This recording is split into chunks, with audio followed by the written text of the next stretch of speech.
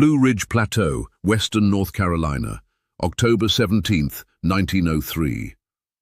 While her neighbors hurried to stack split oak beneath their porch overhangs and tack tar paper over drafty plank walls, Eliza Rowan was cutting a doorway straight into the hillside behind her burned cabin. 14 feet wide, 20 feet deep, a stone front set low against the slope, facing south toward the narrow valley. They called it surrender.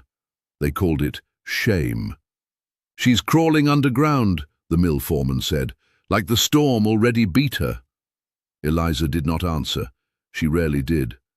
She had buried her husband the previous March after a late-season windstorm tore through the plateau and ripped half their roof away before dawn. The fire they built to stay warm had tipped in the chaos. By morning, there was nothing left but blackened beams and frozen mud. The neighbors rebuilt in the same place. Eliza walked uphill, while other families raised taller chimneys and reinforced rafters with fresh-cut pine. She stood with a shovel at the base of a granite slope and began cutting inward. 8 inches a day was good progress. Some days she managed 5. The soil 3 feet down held steady at 53 degrees, even when the October air dropped into the 30s overnight. She tested it every morning with a borrowed thermometer tied to a string. Above ground, wind ruled everything. Below ground, numbers barely moved. That difference was enough. By November 2nd, the cavity was large enough to stand in. She lined the back wall with stacked fieldstone pulled from the creek bed. Heavy pieces at the bottom, smaller ones above. Every gap packed with clay. Men riding past on mulebacks slowed to stare. "She's building a grave. She won't see daylight by Christmas. She'll flood out by spring." Eliza kept shaping the berm along the north side, packing earth tight so winter wind would glide over instead of striking flat against a wall. She angled the entrance slightly east of true south, following the low autumn sun, the way she had watched it arc for years without ever studying it. Her old cabin had faced west. Every storm had hit it full in the chest. By Thanksgiving, the structure had a roof. Pine beams laid close and low. Above them, planks salvaged from the burned house. Over that, tarred canvas and nearly 2 feet of packed soil. When the first frost silvered the valley grass, the roof looked less like a house and more like part of the hill itself. Only the stone face remained visible. A door, 2 small recessed windows, a narrow chimney rising just enough to clear drifting snow. The preacher's wife came by once in late November. "You can't live like this," she said softly, peering into the half-lit interior. "It isn't proper." Eliza pressed her palm against the back stone wall. It felt cool, not cold. "Proper doesn't stop wind," she said. By December 5th, snow came early and heavy. The first storm dropped 18 inches in less than a day. Up on the ridge crest, cabins shuddered under the load. Smoke thickened across the valley as men fed stoves without pause. Eliza burned 2 logs that night. The thermometer on her table read 61 degrees. Outside, it fell to 12. Inside, the stone walls absorbed heat quietly and held it long after the flames sank to embers. The earth along the back and sides blocked the north wind entirely. No drafts crept along the floor. No frost formed inside the windows. From the valley below, her home looked half-buried. From inside, it felt still. On December 14th, a second storm followed harder than the first. Wind drove snow sideways across the plateau, piling drifts against exposed walls and forcing families to tie doors shut from the inside. 2 chimneys cracked under thermal strain when stoves were pushed too hot. Eliza listened. The wind roared over the ridge crest above her roof, but inside there was only a low, distant hum, muffled by 2 feet of soil and packed clay. The thermometer dipped once, down to 58, before climbing again as the stone slowly released what it had stored. She wrote the numbers down carefully in a small ledger she kept beside the kettle. Exterior, 7 degrees. Interior before fire, 56. Interior after 2 logs, 62. 3 days later, Tom Barrett, who had laughed the loudest in October, stood outside her low stone doorway with ice in his beard and fear in his eyes. His youngest girl had not stopped shivering since dawn. His cabin, rebuilt taller and prouder after the March fire, had lost half its roof shingles overnight. "Just until the wind breaks," he said. Eliza stepped aside without comment. When he crossed the threshold, warmth met him not like a blast, but like a held breath. The air inside was steady, clear, quiet. His daughter's shaking eased within minutes as she sat near the stone wall that radiated warmth without flame licking at it. Tom pressed his hand against the rock the way Eliza had weeks before. It felt alive. "You only burn this much wood?" he asked, staring at the small, controlled fire. "Elbow-high stacks burn fast," she said. "Stone burns slow." By the end of that storm, 3 families had stepped through her low doorway at one hour or another. None spoke about graves anymore. They asked about measurements. They asked about soil depth. They asked about the angle of the roof and how thick the earth layer needed to be. Winter had not yet reached its worst. January still waited. But already, the house they had mocked as a hole in the hill stood quieter and warmer than any cabin on the ridge. If you've ever built something people laughed at, only to watch it work when it mattered, tell me in the comments where you're watching from. Because sometimes the strongest homes are the ones that stop fighting the storm and start stepping out of its way. January 6th, 1904. The temperature dropped 22 degrees between sunrise and noon. By mid-afternoon, the Blue Ridge Plateau had turned white and sharp, the kind of cold that made pine boards crack like rifle shots. Smoke rose in frantic columns from ridge cabins as families fed their stoves until iron glowed red. Eliza Rowan fed hers once. Then she waited. Inside the hillside home, the air did not shift the way it had in her old cabin. It did not pulse with the rise and fall of flame. The stone along the back wall held steady at 54 degrees even before the fire was lit. The packed earth above her ceiling muffled the scream of wind that flattened fences 200 yards away. She wrote the numbers down again. Exterior at dawn, 9 degrees. Exterior at noon, -13. Interior before fire, 53. Interior after one log, 60. The difference was not dramatic. It was dependable. Above ground, winter struck in waves. Below ground, it moved slowly, like something heavy thinking through its decisions. Tom Barrett returned on the second night of the cold snap, this time without knocking. Snow had sealed the cracks of his rebuilt cabin, but the wind had forced itself through the roofline anyway. His daughter's cough had come back with the darkness. "I don't want charity," he said, not meeting Eliza's eyes. "I want to understand." Eliza handed him the ledger. He stood by the table and read the lines of numbers she had kept since December. Soil depth, wind direction, firewood used each night, interior temperature before and after each burn. "You measured this all yourself?" he asked. She nodded. 3 feet down never drops below 50, she said. 4 feet down is steadier still. Tom swallowed.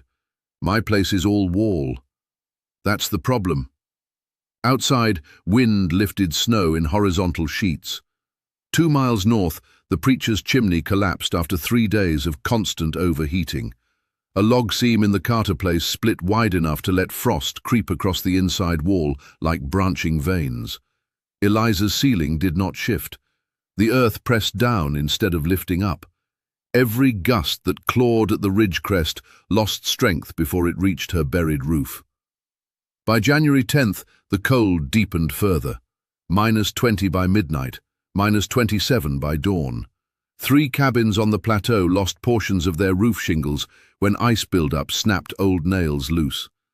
Men climbed ladders in the dark to patch damage, while their wives held lanterns with shaking hands. Eliza rose once in the night to stir the stove and add a single split log. The thermometer dipped to 57 before climbing again. The stone wall released stored warmth like a slow exhale. She understood something now that she had only suspected in autumn. The key was not generating more heat, it was slowing loss. Heat did not flee through packed earth the way it fled through pine planks. On January 12th, Sheriff Nolan Avery rode up the ridge to see the structure himself. He had heard the talk in town. He had heard that Barrett's girl had slept 2 full nights without coughing. He had heard that Eliza's chimney barely smoked, even when the temperature cratered. He dismounted and stared at the low stone facade, half swallowed by snow.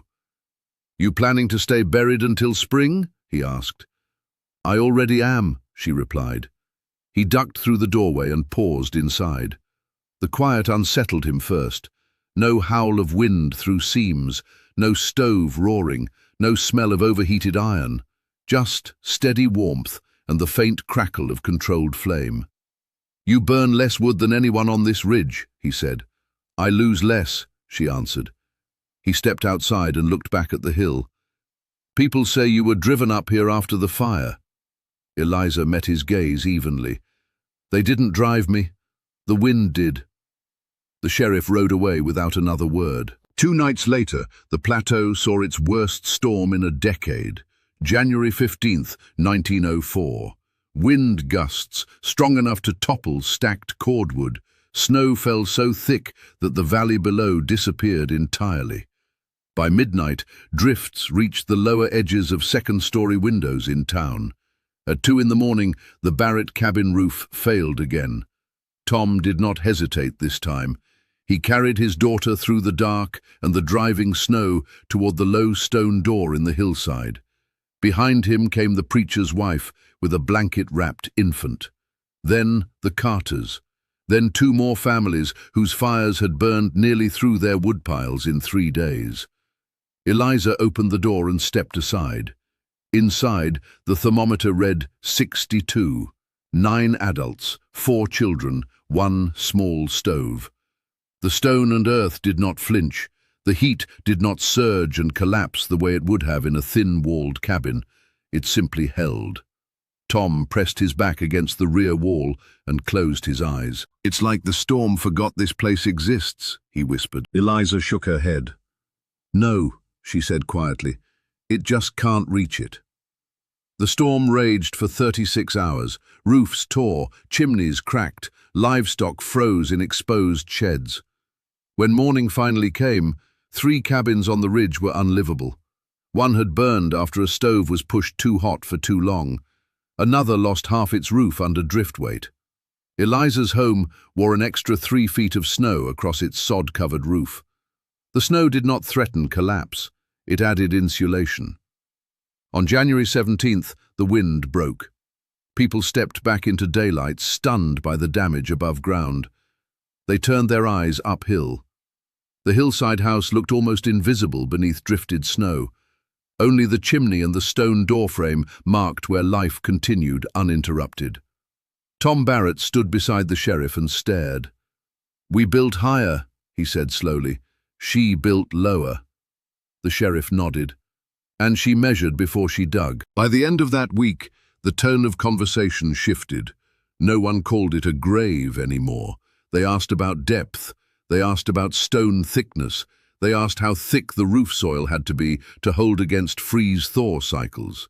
Eliza answered plainly, 3 feet down is steady, 4 is safer. Face south, block north, let the wind go over. February still waited. Winter was not finished. But already the ridge had learned something numbers had proven and pride had ignored. The storm could drive a family out of town. It could burn a cabin to ash. It could tear boards from nails and freeze water in mid-pour. But it could not move the earth. And the earth, if used properly, did not betray.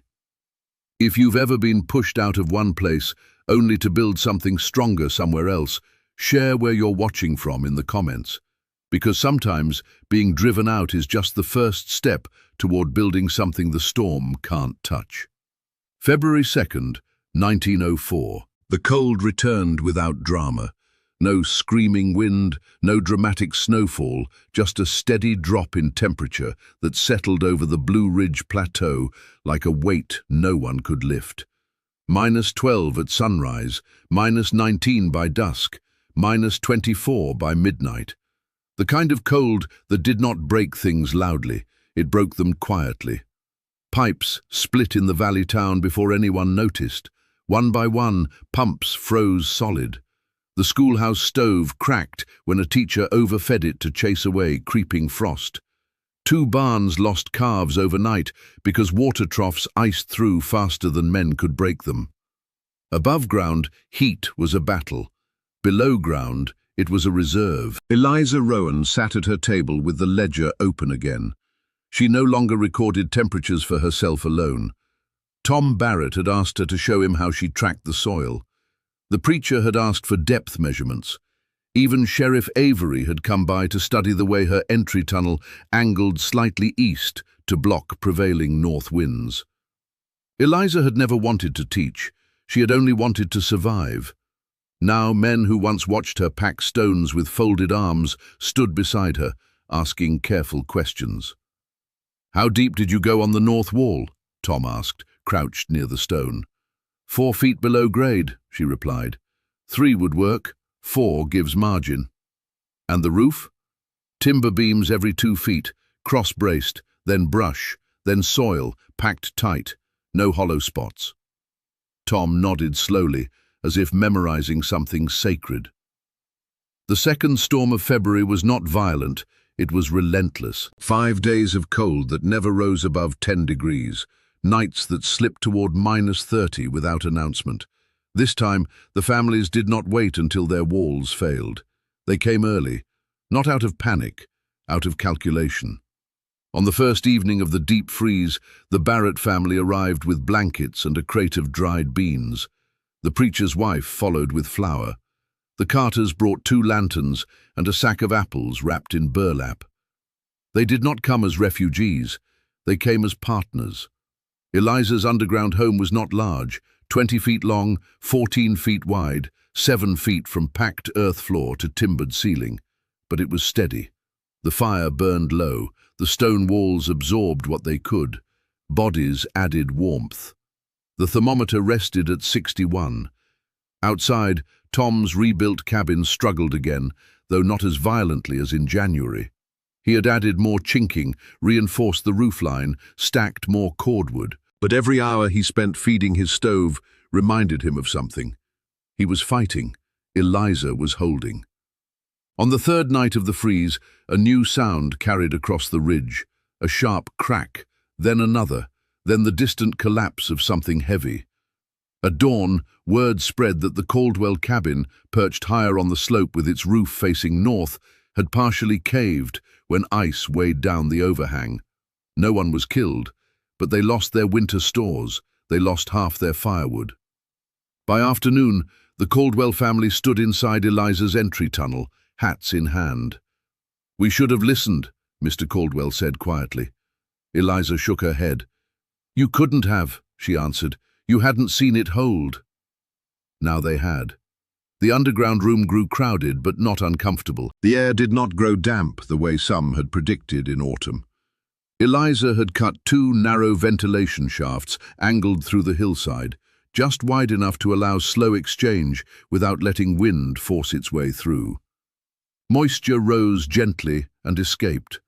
No frost gathered on interior stone, no condensation dripped from beams. Dr. Marcus Hale, who had once declared her design unhealthy, crouched near one of the vents and studied it carefully. "You created convection," he muttered, "without drafts." Eliza smiled faintly. "I created patience," she said. By February 10th, the freeze had lasted 8 straight days. In town, wood supplies were running thin. Several families had begun rationing fires at night, accepting interior temperatures in the 30s rather than risk running out entirely. Sheriff Avery rode the ridge each afternoon, checking on residents. Each time he passed Eliza's hillside door, he paused.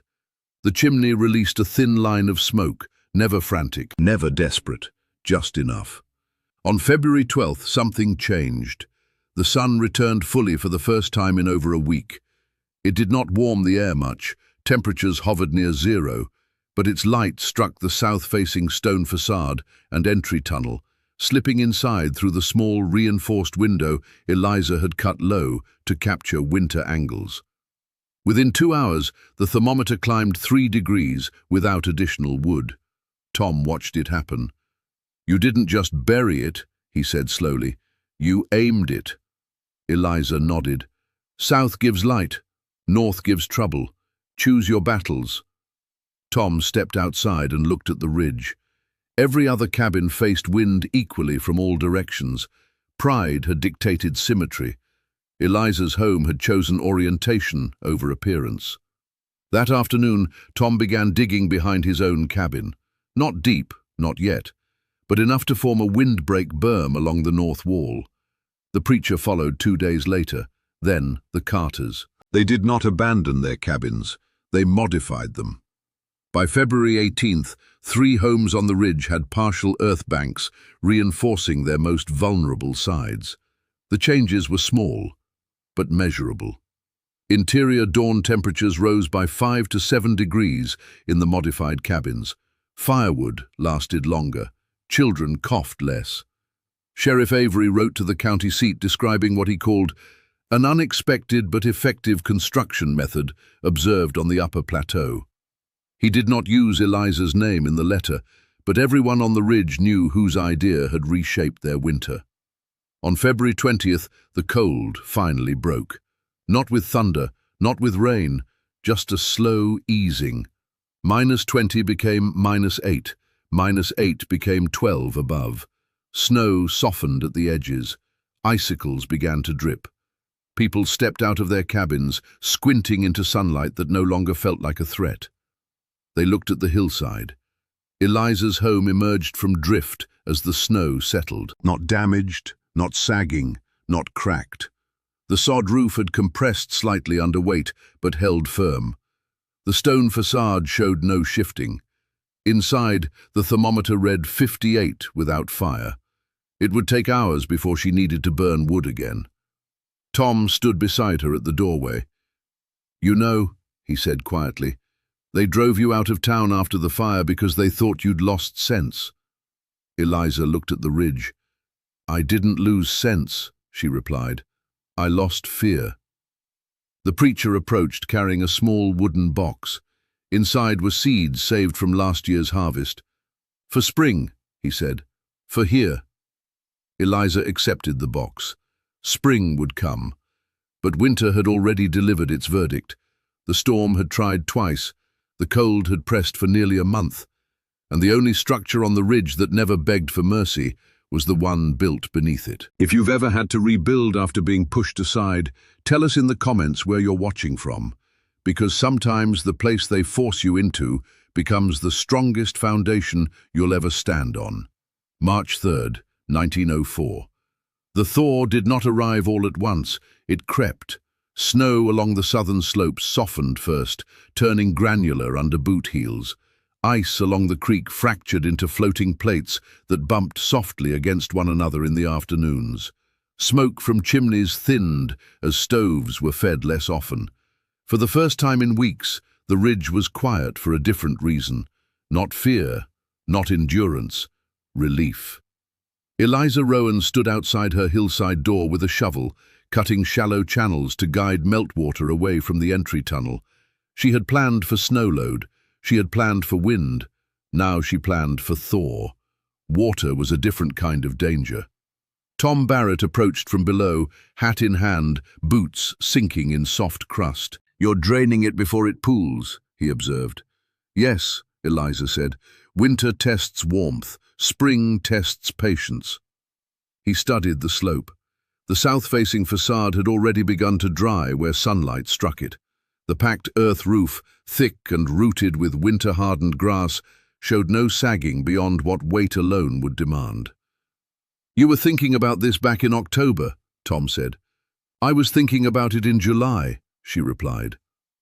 Below them, the town had begun repairs. The schoolhouse chimney was being rebuilt. The Caldwell family stacked salvaged boards from their collapsed overhang. In more than 1 yard, fresh dirt berms hugged the north sides of cabins where wind had once stripped heat without resistance.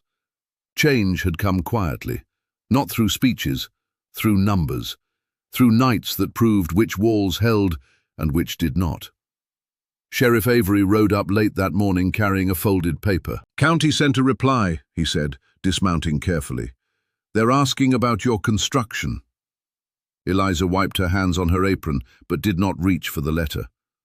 "What do they want to know?" "Depth, materials, cost." Tom smiled faintly. "They're curious now." Avery nodded. 3 other settlements reported similar freezes, more livestock losses than expected. They're asking if underground construction is practical. Eliza finally took the paper. "It's practical if you stop thinking about what a house should look like," she said, "and start thinking about what it must survive." That afternoon, neighbors gathered near the ridge not to mock, but to measure. Tom brought a length of twine and stakes. The preacher carried a notebook. Dr. Hale observed soil layers where Eliza had cut her drainage channels. "How deep does frost usually reach here?" the preacher asked. 18 inches in most winters," Eliza answered. 2 feet in a hard one. "And you built below that?" "Yes." Dr. Hale crouched beside the exposed earth and pressed his palm against it. "Temperatures steady even now," he muttered. "Surface melts, below stays calm." Tom straightened. "So the ground doesn't panic," he said. "No," Eliza replied. "Only we do." Within days, plans began forming, not to abandon cabins entirely, but to adapt them. Windward walls would be banked with earth. Entryways would be doubled where possible. Some spoke of carving partial shelters into slopes as storage rooms that might double as refuge during the worst cold. It would not happen overnight. It would not look identical to Eliza's build, but the idea had taken root. On March 10th, the last deep frost released its grip. Meltwater streamed down the ridge in narrow, controlled channels exactly where Eliza had carved them. None entered her doorway. None seeped along the stone foundation. Tom watched from below and shook his head slowly. "You built for 3 seasons at once," he said. 4, she corrected gently. "Summer heat is different underground too." He paused. "You're staying here?" Eliza looked at the hillside, at the door carved from oak she had salvaged after the fire, at the chimney that never smoked in desperation. "Yes," she said. "They drove me out once." Tom nodded. "And now?" "Now they can visit." Later that week, Sheriff Avery returned with 2 men from the county seat. They carried measuring rods and notebooks. They asked careful questions about timber spacing, roof load, ventilation shafts, drainage slope, and soil compaction. Eliza answered simply.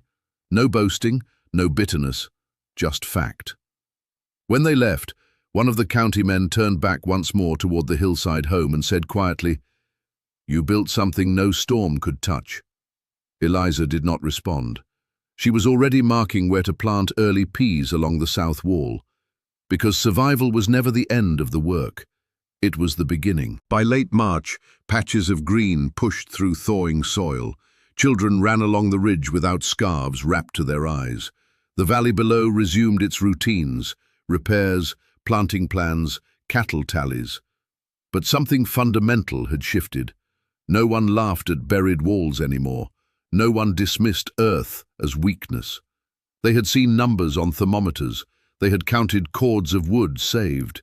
They had stood inside warmth while wind screamed outside. And memory, once shaped by ridicule, had been rewritten by winter.